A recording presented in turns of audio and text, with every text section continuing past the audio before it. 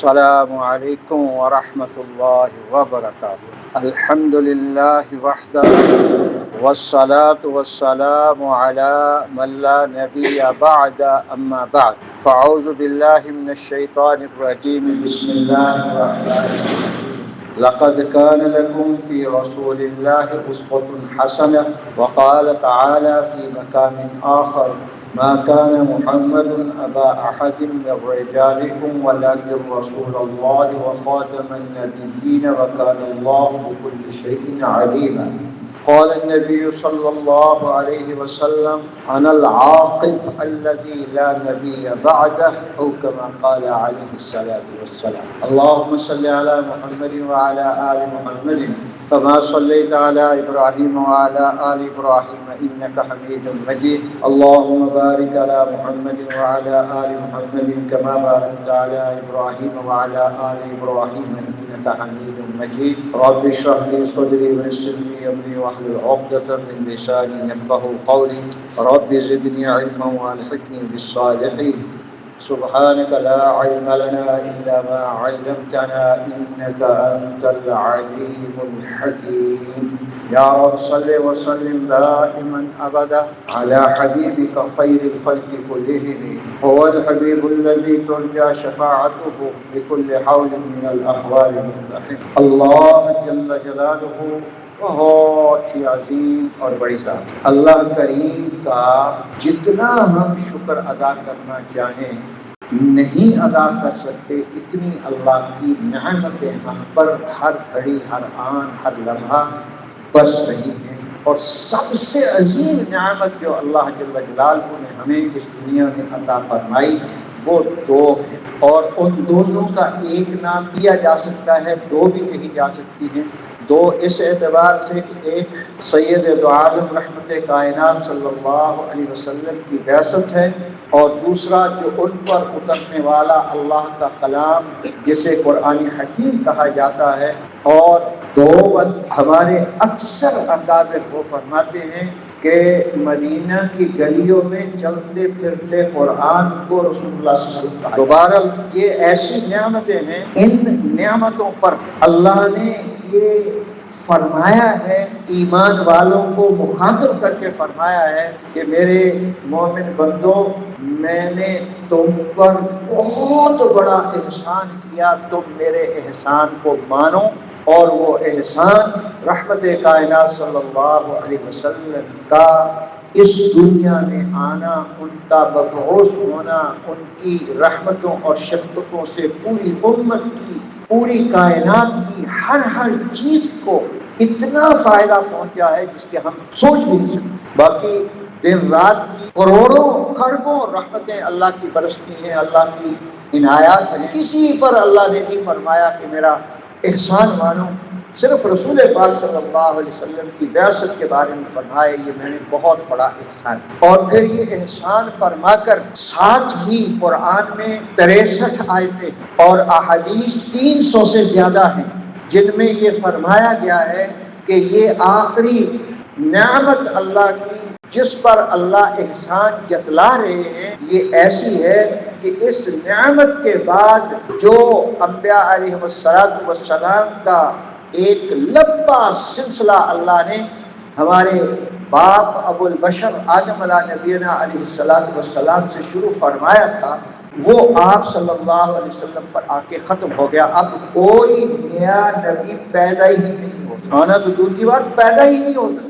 اور جو دعویٰ کرے گا اس کے بارے میں خود رسول اللہ صلی اللہ علیہ وسلم نے ببانگ دوہل یہ ارشاد فرما دیا، یاتونی من بعدی ثلاثون دجالون کذابون کلهم یزعم انہ نبی اللہ وانا خاتم النبیین لا نبی بعدی، میرے بعد 30 دجال کذاب بے ایمان آئیں گے، ان میں سے ہر ایک اپنے زعم اور خیال کے مطابق یہ دعویٰ کرے گا کہ وہ اللہ کا نبی ہے۔ یاد رکھو میں اللہ کا آخری نبی ہوں، میرے بعد کوئی نبی پیدا ہی نہیں ہوتا۔ اور یہ ربیع الاول کتنی تاریخ ہے؟ یہ ہمارا عالم ہے، ربیع الاول کی تاریخ کا پتہ نہیں ہے، 11 آج 11 تاریخ، تو ہمارے آقا اسی مہینے میں اس دنیا میں تشریف لائے، اسی مہینے میں اللہ کے پاس تشریف، اور اسی مہینے میں رسول اللہ صلی اللہ علیہ وسلم نے ہجرت فرمائی، اور بہت سارے کام اس میں۔ تو ایسے اعتبار سے ربیع الاول جب بھی آتا ہے، ہم سارے کے سارے، اگلا جملہ کہنے سے پہلے ایک بات یاد آئی، وہ کہہ دوں کہ پاکستان کے اندر ہر آدمی رسول پاک صلی اللہ علیہ وسلم کے ساتھ محبت و عشق کا دعویٰ کرتا ہے، ہر آدمی آقا علیہ الصلوۃ والسلام کے ساتھ محبت، عشق، پیار کے دعوے سے معمور ہے، عملی طور پر بے شک ان سے ہر معاملے میں اختلاف کرتا ہو، جبکہ یہ مسلمانوں کا عالم ہے اور بر صغیر کے مسلمانوں کا عالم ہے، جبکہ کائنات کی اور جتنی چیزیں ہیں وہ ساری کی ساری رسول اللہ صلی اللہ علیہ وسلم سے حقیقی اور سچی محبت کرتی، اور ان کی محبت میں، ان کے آقا صلی اللہ علیہ وسلم کے ساتھ تعلق میں ہم سوچ بھی نہیں سکتے کہ وہ تعلق انہوں نے کبھی زندگی میں خراب کیا یا اس تعلق میں کبھی دراڑیں آئیں، یہ نہیں ہو سکتا۔ اس سلسلے میں ایک بات آپ کے سامنے ہو، تو مدینہ المنورہ میں جب ہمارے آقا صلی اللہ تعالی علیہ وآلہ وسلم تشریف لے گئے، مسجد نبوی بن گئی، آقا علیہ الصلوۃ والسلام نے خود مسجد نبوی بنانے میں صحابہ کے ساتھ جیسے صحابہ نے کام کیا ویسے ہی آقا صلی اللہ علیہ وسلم نے بھی کام کر کے دکھایا کہ کام میں عزت ہے، کام کرنے میں عظمتیں ہیں، اور ہمارے آج کے بزرگ یہ بات فرماتے ہیں، کام بندے دے کارم ہندے۔ تو آقا علیہ الصلوۃ والسلام مسجد نبوی میں کھڑے ہو کر وہاں ایک کھجور کا سوکھا ہوا تنا وہ کھڑا تھا، اس پہ ہاتھ رکھ کے صحابہ رضوان اللہ مجمعین کو جمعے کا خطبہ دیا کرتے تھے، جمعے میں پند و نصائح فرمایا کر۔ بعد میں ایک صحابی حضرت تمیم داری رضی اللہ عنہ کے بارے میں آتا ہے کہ انہوں نے درخواست کی کہ حضرت میں آپ کے بیٹھنے کے لیے ممبر بنا دوں، آقا صلی اللہ علیہ وسلم نے فرمایا ٹھیک۔ جب ممبر بن گیا تو ممبر پر رسول اللہ صلی اللہ علیہ وسلم تشریف فرما ہوئے، صحابہ فرماتے ہیں کہ ہمیں رونے کی آواز جیسے 10 ماہ کی گابن اونٹنی روتی ہے اس طرح آواز آتی تھی مسجد نبوی سے۔ ہم دائیں بائیں آگے پیچھے ساری طرف دیکھ رہے تھے، ہمیں کوئی پتہ نہیں چلتا تھا یہاں کون سی اونٹنی ہے، لیکن آواز آ رہی، نظر کچھ نہیں آ رہا۔ رسول پاک صلی اللہ علیہ وسلم ممبر مبارک سے اٹھے، اس سوکھے ہوئے کھجور کے تنے کو اپنے سینے سے لگایا تو صحابہ فرماتے ہیں کہ جیسے بچہ روتے روتے ہچکیاں لیتے ہوئے رونے سے چپ ہوتا ہے، اس طرح سے آہستہ آہستہ بچے کی آواز کی طرح وہ آواز بند ہوئی۔ تو آقا صلی اللہ علیہ وسلم نے فرمایا کہ یہ میرے فراق میں، میری جدائی میں، میری محبت میں، میرے ساتھ عشق اور پیار میں روتا ہے، اگر میں اس کو چپ نہ کرواتا تو یہ قیامت کی صبح تک روتا رہتا۔ ہم امتی ہو کر رسول اللہ صلی اللہ علیہ وسلم سے کتنی محبت کرتے ہیں۔ پھر آقا علیہ الصلوۃ والسلام نے اس کھجور کے تنے کو ممبر مبارک کے سامنے جہاں آپ صلی اللہ علیہ وسلم کے پاؤں مبارک آتے تھے وہاں نیچے دفن کروایا، اور اس پر پاؤں ہمیشہ رکھا کرتے تھے تو وہ آواز آنے سے بعد۔ اس میں کئی چیزیں نکلتی، ایک یہ کہ اس تنے کا آقا علیہ الصلوۃ والسلام کے ساتھ تعلق اور محبت، پیار اور عشق کا کیا عالم ہوتا ہے۔ دوسری بات یہ کہ رسول اللہ صلی اللہ علیہ وسلم کا یہ زندہ معجزہ ہے۔ معجزات کی 2 قسمیں ہیں، ایک معجزات ہیں جو حسی ہوتے ہیں، حسی کا مطلب محسوس ہو رہے ہیں، نظر آ رہے ہیں، اور جیسے اس کی مثالیں پیش مار، جتنے بھی پہلے انبیاء علیہ الصلوۃ والسلام تشریف لائے ان تمام کے معجزات حسی تھے۔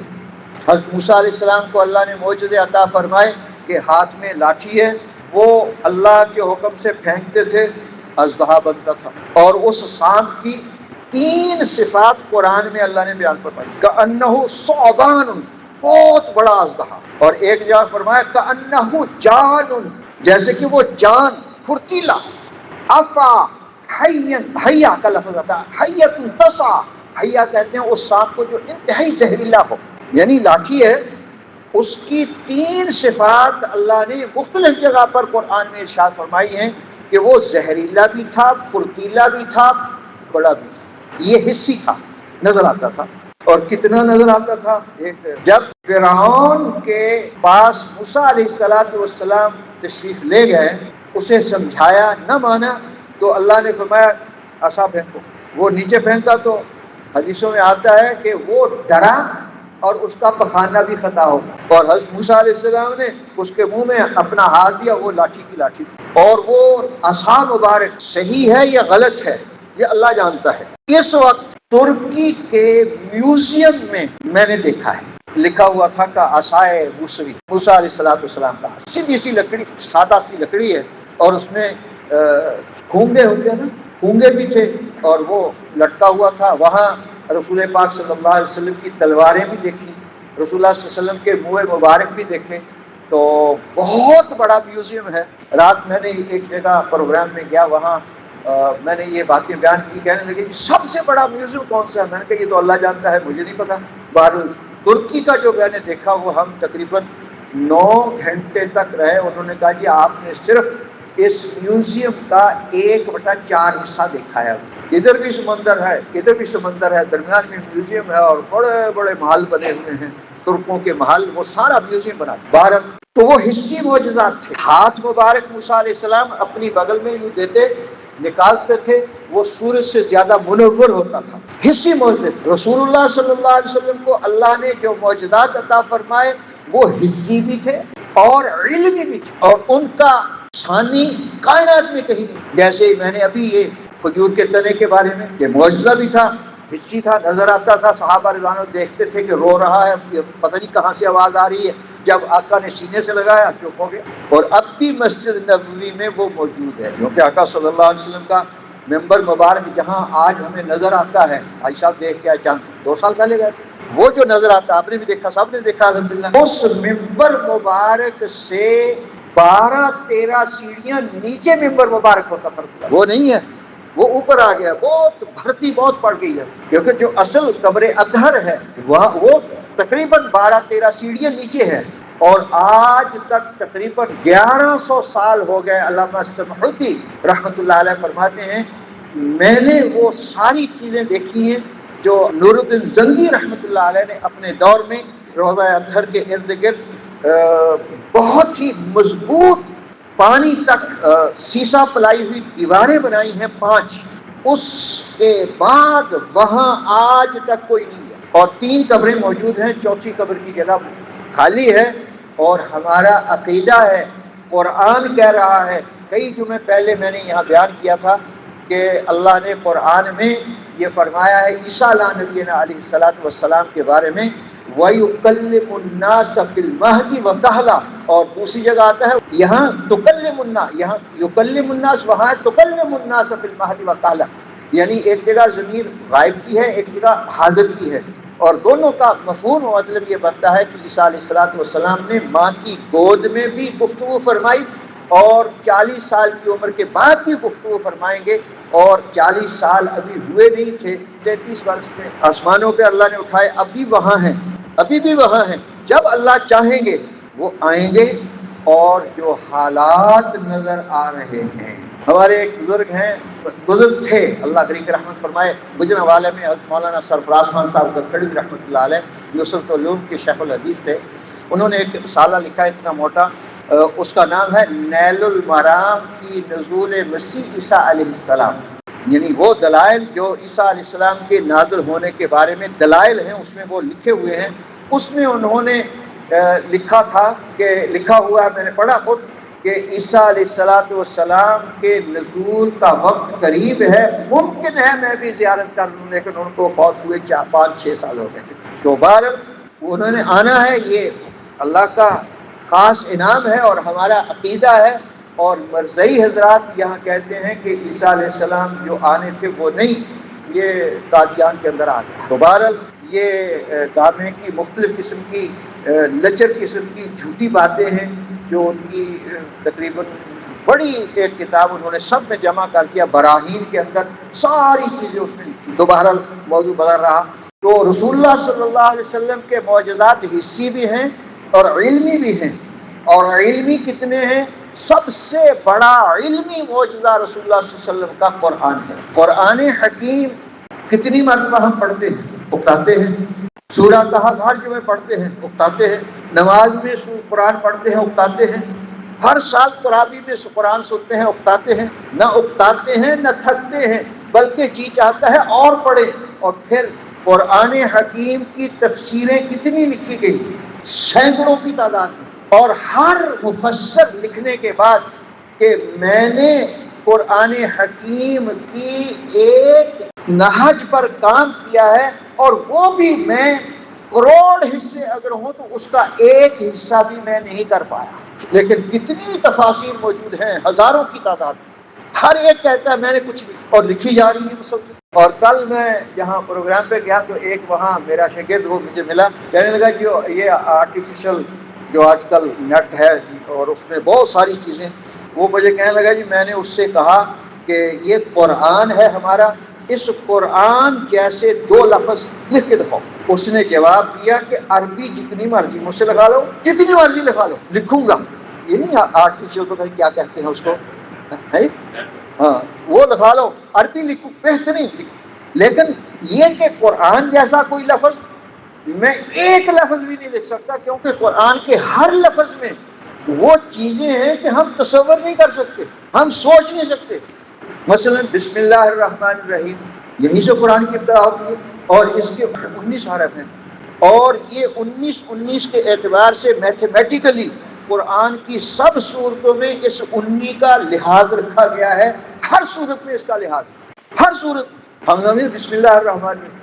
اور جیسے ایک بات اور یاد آئی، شاہ عبدالعزیز محدث دہلوی رحمۃ اللہ علیہ شاہ ولی اللہ کے بیٹے ہیں. شاہ ولی اللہ کے 4 بیٹے تھے. بڑے بیٹے تھے شاہ عبدالعزیز محدث دہلوی رحمۃ اللہ علیہ، اس کے بعد شاہ عبد القادر رحمۃ اللہ علیہ، پھر اس کے بعد شاہ رفیع الدین رحمۃ اللہ علیہ، اور شاہ اسماعیل شہید تو پوتے ہیں. بہرحال 4 بیٹے. تو شاہ عبدالعزیز رحمۃ اللہ علیہ سے انگریز کا دور تھا. اس انگریز نے سوال کیا کہ آپ نے یہ بات کہی ہے قرآن میں ہر چیز موجود ہے اور قرآن سے ہر چیز ہو سکتی ہے. شاہ صاحب فرما لے کہ ہاں میں نے کہی ہے اور یہ صحیح کہی ہے میں نے. وہ انگریز کہنے لگا اچھا کیا قرآن میں جو آپ کے مطابق کہ ہر کام ہو سکتا ہے، ہر چیز موجود ہے، کیا حل چلائے بغیر حل ہو سکتا ہے؟ حضرت فرمانے کہ ہاں ہو سکتا ہے. اللہ کے ولی تھے، ہو سکتا ہے. تو انگریز نے اپنی جیب سے ایک پیتل کا پیسہ نکالا. اس وقت پیتل کے پیسے ہوتے تھے. وہ ہاتھ میں دیا، کہا اس کو سونے کا کر دو قرآن کی روح سے. حضرت نے ہاتھ میں پکڑا، پکڑنے کے بعد بسم اللہ الرحمن الرحیم، اسی وقت سونا ہوگا. وہ انگریز اگلی بات کہتا ہے، کہنے لگا کیا ہر کوئی ایسا کر سکتا ہے؟ ہر کوئی ایسا کر سکتا ہے؟ تو حضرت نے ارشاد فرمایا قرآن کی بسم اللہ میں کوئی فرق نہیں ہے. اگر فرق ہوگا تو بسم اللہ پڑھنے والے میں ہو سکتا ہے، قرآن میں کوئی ایسی چیز. جیسے ہمارے پاکستان میں یہ پاک پٹن میں حضرت بابا فرید شکر گنج رحمۃ اللہ علیہ، ان کی خدمت میں ایک آدمی آیا، بابا جی بیٹی کا نکاح کرنا ہے، پلے ککھ نہیں ہے. حضرت فرمایا وہ سامنے بان ہے نا، بان زمین ہے نا، وہ تو ایک بڑا سارا چیپا ٹکڑے وہ جو اٹھا لایا، حضرت نے کے سامنے رکھا. حضرت نے بسم اللہ پڑھ کے قل هو اللہ شریف پڑھی، پھونک ماری، سونا ہو گیا. وہ کہتا ہاں تو سوکھی گل میں بھی کر لوں گا. اور جا کے گلچھڑے اڑائے اور سارا وہ سونا. اور بیٹی کا نکاح نہیں کیا کیونکہ حضرت نے قل هو اللہ شریف مجھے بھی آتی ہے. تو جب وہ نہیں کیا، سب کچھ ہو گیا، پھر اس نے کتنے سارے ڈھیلے اٹھا کے رکھے اور قل اللہ شریف کتنی مرتبہ پڑھی، کچھ بھی نہیں ہوا.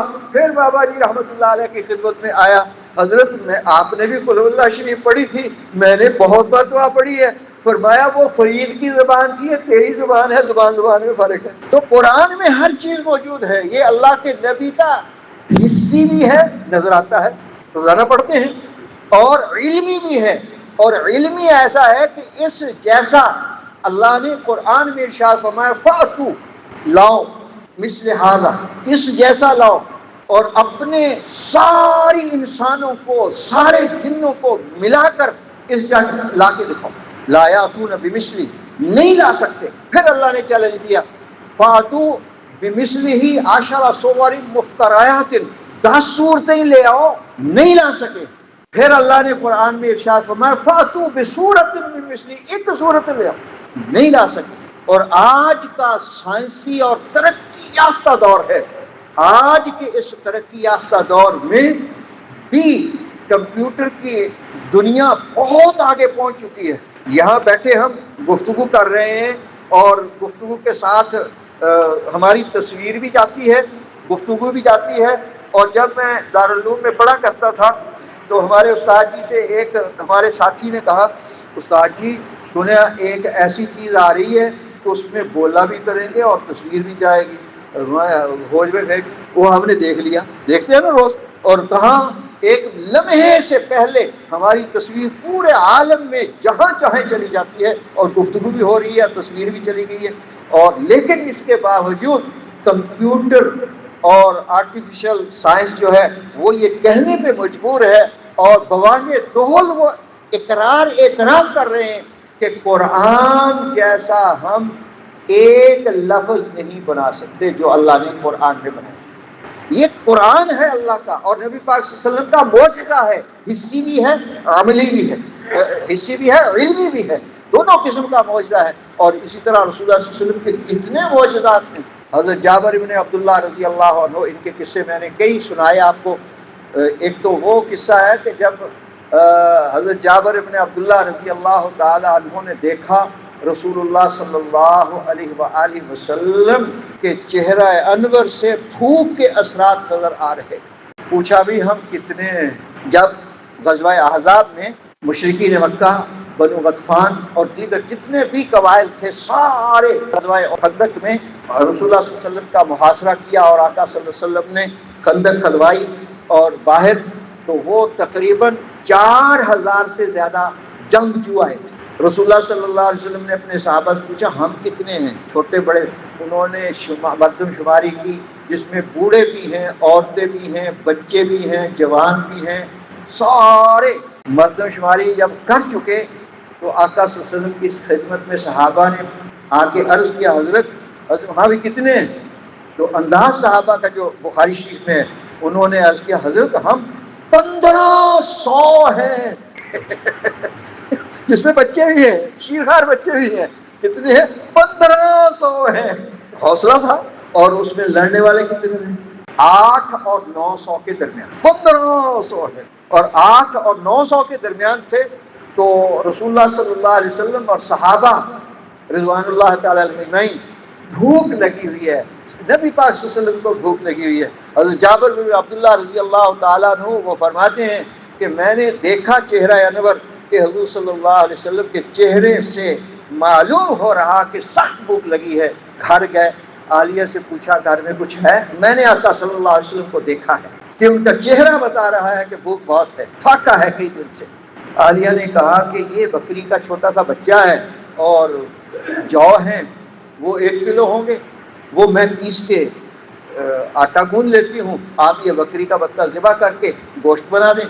انہوں نے گوشت، اور دیکھ آقا صلی اللہ علیہ وسلم سے اکیلے میں کہنا، ایسا نہ ہو کہ ساری آ جائے، ہم 800 900 کے مابین اتنا تو یہ آئے گا نہیں۔ تو حضرت جابر بن عبداللہ رضی اللہ عنہ نے بہت ہی رازدارانہ انداز سے رسول اللہ صلی اللہ علیہ وسلم کی خدمت میں عرض کیا حضرت آج آپ کی اور آپ کے جو خاص ساتھی ہیں ان کی زیادہ سے زیادہ 5 کی ہمارے ہاں دعوت ہے۔ حضرت نے اعلان کر دیا او میرے پیارو، جابر بن عبداللہ کی دعوت سب ہم جائیں گے۔ حضرت جابر گھبرائے، سب سے پہلے جلدی گھر آئے، عالیہ سے کہا کہ نبی صلی اللہ علیہ وسلم نے اعلان فرما دیا۔ تو عالیہ نے کہا میں کیا سینا، میں نے اسی طرح کہا جیسے آپ نے کہا، مگر آقا نے خود ارشاد فرما دیا، فرمایا اگر خود فرمایا پھر ہمیں پرواہ نہیں۔ اور رسول اللہ صلی اللہ علیہ وسلم نے پیغام بھجوایا کہ میرے آنے پر ہنڈیا کو کھولنا ہے، میرے آنے سے پہلے نہ روٹی پکانی ہے نہ ہنڈیا کھولنی ہے۔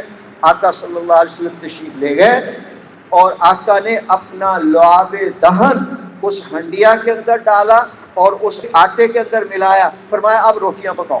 10 آتے گئے اور کھاتے گئے، سارا مجمع اپنی مرضی سے جتنا ان سے بن پڑا اتنا کھا کے وہاں سے تشریف لے گئے۔ جب حضرت جابر فرماتے ہیں رضی اللہ عنہ، جب ہم نے دیکھا کہ آٹا بھی اسی طرح ہے، ہنڈیا بھی اسی طرح ہے، پھر ہم نے پڑوسیوں میں بھی تقسیم کیا، اس کے بعد جا کے ختم کہ اللہ سے لینے کا ہتھیار، خدائی ہتھیار جو اللہ سے لے کے ہم استعمال کر سکتے ہیں۔ ایک صحابی رضی اللہ تعالیٰ عنہ نے اس ہتھیار کو استعمال کیا، ان کے گھر میں فاقہ، کوئی چیز نہیں ہے کھانے کو، بڑے پریشان۔ انہوں نے سوچا کہ آقا صلی اللہ علیہ وسلم روزانہ فرماتے ہیں کہ 2 رکعت صلاۃ الحاجت پڑھ کے اللہ سے مانگو، ہم کیوں نہیں مانگتے؟ اور یہ حضرت مولانا منظور نعمانی رحمۃ اللہ علیہ نے دوسری جلد کے اندر یہ حدیث نقل فرمائی کہ جب اس صحابی نے اپنی اہلیہ سے کہا کہ ہم کیوں نہیں مانگتے، تو گھر میں نماز پڑھ، میں مسجد میں پڑھ کے آتا ہوں۔ گھر گئے، مسجد میں گئے، نماز پڑھ کے آئے، پوچھا کچھ ہے؟ انہوں نے کہا کہ کچھ نہیں ہے۔ ہم ہوتے تو کیا کہتے؟ نماز بھی پڑھی تو لبیا پوچھنا، ایسی کہتے۔ انہوں نے کیا فرمایا؟ وہ فرمانے لگے کہ اللہ کے عطا فرمانے میں، اللہ کی دین میں نقص نہیں ہو سکتا، ہماری نماز میں کچھ نہ کچھ گڑبڑ ہے، دوبارہ پڑھتا ہوں۔ دوبارہ پڑھی، پھر کچھ نہیں، 12 پڑھی ہے تو اہلیہ کہتی ہے کہ اللہ کا کرم ہوا، یہ چکی خود چل رہی ہے، چکی خود چل رہی ہے، آٹا نکل رہا ہے، اور میں نے سارے برتن بھر لیے، چکی ابھی بھی چل رہی ہے۔ اس صحابی رضی اللہ عنہ نے اس چکی کے پارٹ کو اٹھایا، چکی چلنا بند ہو گئی۔ پھر آقا علیہ الصلوۃ والسلام کی خدمت میں آ کے عرض کیا، حضرت ایسے ہوا؟ فرمایا میرے پیارے، اگر تو اس چکی کو نہ دیکھتا، اس کا پارٹ نہ اٹھاتا، قیامت کی صبح تک آنے والا انسان تیری اس چکی سے ہاتھ نہ کھاتا۔ تیرا نماز پڑھنا اتنا زبردست اللہ کو پسند آیا کہ اللہ نے ایسی رحمت برسائی ہے، ایسی بارش برسائی ہے رحمتوں کی کہ تصور نہیں کر سکتے۔ یہ رحمت للعالمین آخری نبی، ان کے بعد کوئی نبی نہیں ہے، کوئی نبی نہیں۔ آقا صلی اللہ علیہ وسلم فرماتے ہیں انا العاقب، میرا نام عاقب ہے، الذی، اس کی خود ہی تشریح ارشاد فرمائی، الذی لا نبی بعدہ۔ عاقب کا معنی ہوتا ہے جس کے بعد کوئی نبی آ نہیں سکتا، پیدا نہیں ہو سکتا، ہو نہیں سکتا کوئی نبی پیدا ہو جائے۔ آ تو سکتا ہے نہیں، عیسیٰ علیہ السلام نے نہیں آنا، پیدا نہیں ہو سکتا۔ عیسیٰ علیہ السلام آئیں گے، پیدا نہیں ہو سکتا نبی علیہ السلام، کوئی نبی علیہ السلام کے بعد کوئی نبی پیدا نہیں ہو سکتا۔ آئیں گے عیسیٰ علیہ السلام، اور جب اللہ چاہے گا جامعہ مسجد دمشق کے دائیں مینارے پہ 2 فرشتوں کے کندھوں پہ ہاتھ رکھے ہوئے ہوں گے، اور زرد رنگ کی لنگی پہنی ہوگی، اور وہاں سے پھر سیڑھی کے ذریعے نیچے آئے گی۔ تو بہرحال ان کا زمانہ بہت قریب لگتا ہے، بہت قریب لگتا ہے۔ اور یہ ربیع الاول، اس میں ہم ہر سال یہ عہد کرتے ہیں، یہ تجدید عہد کے لیے اللہ نے ہر سال رکھا ہوا ہے کہ کون میرے محبوب سے صرف محبت و عشق کی حد تک محبت کرتا ہے، عملی کون کرتا ہے، عملی طور پر رسول اللہ صلی اللہ علیہ وسلم کو کون اپناتا ہے۔ کل میں جہاں گیا رات، وہاں میں نے ایک سوال کیا، وہاں پڑھے لکھے آتے تھے، پروفیسر صاحبان بیٹھے تھے اور مجمع تھا۔ میں نے کہا بتاؤ رسول پاک صلی اللہ علیہ وسلم کی وہ کون سی چیز تھی جس کو رسول اللہ صلی اللہ علیہ وسلم اس دنیا کے بارے میں فرمایا کرتے تھے کہ اگر یہ دنیا کی چیز ہوتی تو میری سب سے محبوب ترین چیز یہ ہوتی، تو وہاں کسی نے مجھے جواب نہیں تھے پروفیسر، میرے 3 تو میرے شاگرد تھے اس میں، لیکن پھر میں نے جواب دیا، کہنے لگے استاد جی تسی ساڈا ہن بھی امتحان نہیں جاندے ہو، میں استاد ہوتا۔ اور وہ نبی پاک صلی اللہ علیہ وسلم کی جو محبوب ترین چیز وہ نماز تھی، کیونکہ حضرت بلال رضی اللہ عنہ سے فرمایا کرتے ہیں یا بلال ارحنا، بلال آؤ ہماری آنکھوں کی ٹھنڈک کا سما پیدا کرو، اور کبھی فرمایا جعلت قرۃ عینی فی الصلاۃ، میری آنکھوں کی ٹھنڈک نماز میں۔ اور جب بھی کوئی بڑا معاملہ پیش آتا تھا، تھوڑی سی تیز ہوا چلتی تھی، تو رسول اللہ صلی اللہ علیہ وسلم فوراً اللہ کی طرف متوجہ ہو کے نماز پڑھا کرتے تھے۔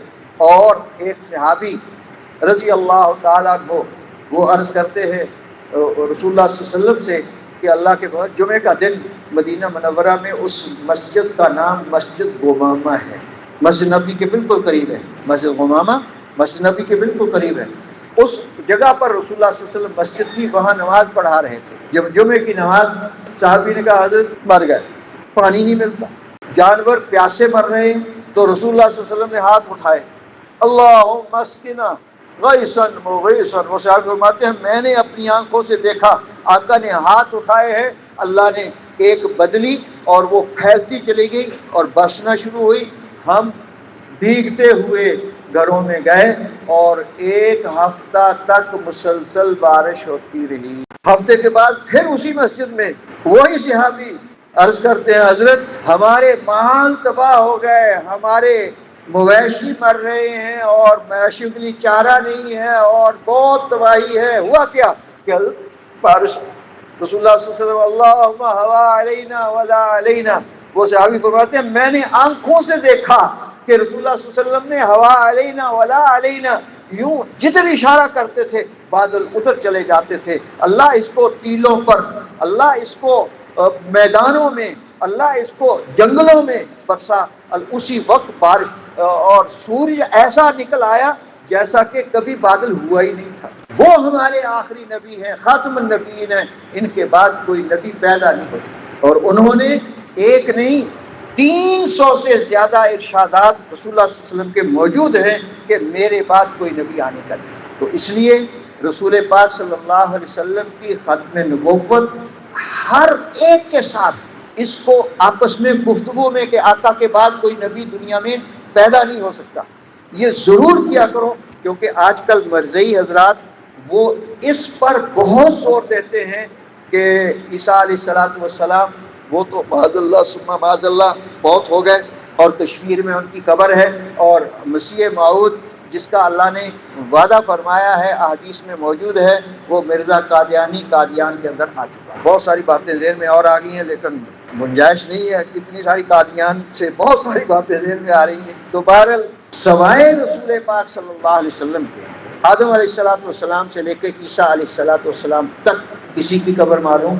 عیسیٰ کی معلوم ہے، وہ تو رسول اللہ صلی اللہ علیہ وسلم کے ساتھ ہوگی مدینہ منورہ میں. باقی کسی کی قادیانی کی کیسے معلوم ہے کہ قادیان کے اندر ہے؟ اور جہاں کتے پیشاب کرتے ہیں. ہمارے مرزا جہاں باز صاحب رحمۃ اللہ علیہ ہوتے تھے سید عطا اللہ شاہ بخاری رحمۃ اللہ علیہ کے ساتھ، وہ کہا میں قادیان گیا اور وہاں میں خود پیشاب کر کے مرزا جہاں باز ان پڑھ آدمی 4 جماعت پڑھا ہوا اور اتنی ضخیم کتابیں، کاروان احرار کے نام سے، بہترین اور شاعر تھے، بہترین شاعر. کیونکہ میں نے لاہور جب پڑھتا تھا اس وقت وہاں ہمارے یہاں بہت تشریف لایا کرتے تھے اور کئی سامنے بیٹھ کے میں نے ان کی کئی نعتیہ اشعار بہترین اور ویسے غزلیہ بہت بہترین شاعر. تو بہرحال عظیم آدمی تھے. تو بہرحال آقا علیہ السلام آخری نبی، ان کے بعد کوئی نبی نہیں ہے.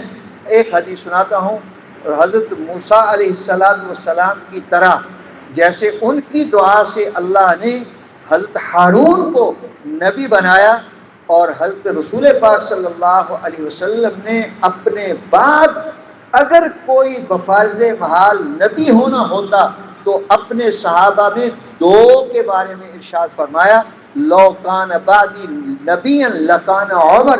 اگر میرے بعد کوئی نبی ہونا ہوتا تو سیدنا عمر رضی اللہ عنہ کے اندر وہ صفات اور خصوصیات موجود ہیں کہ یہ نبی ہوتے، لیکن میں آخری نبی ہوں، میرے بعد کوئی نبی نہیں ہے. اور دوسرا سیدنا علی رضی اللہ عنہ سے ارشاد فرمایا تھا تبوک کے موقع پر کہ جب حضرت علی تبوک میں جو 14 دن کا سفر انہوں نے 3 دن میں طے کر کے جا ملے کہ علی تو آ گیا، اس وقت ارشاد فرمایا تھا کہ علی تو تے میرے لیے ایسے ہے جیسے موسیٰ علیہ السلام کے لیے ہارون علیہ السلام تھے، لیکن یاد رکھ میرے بعد کوئی نبی آنے کا نہیں.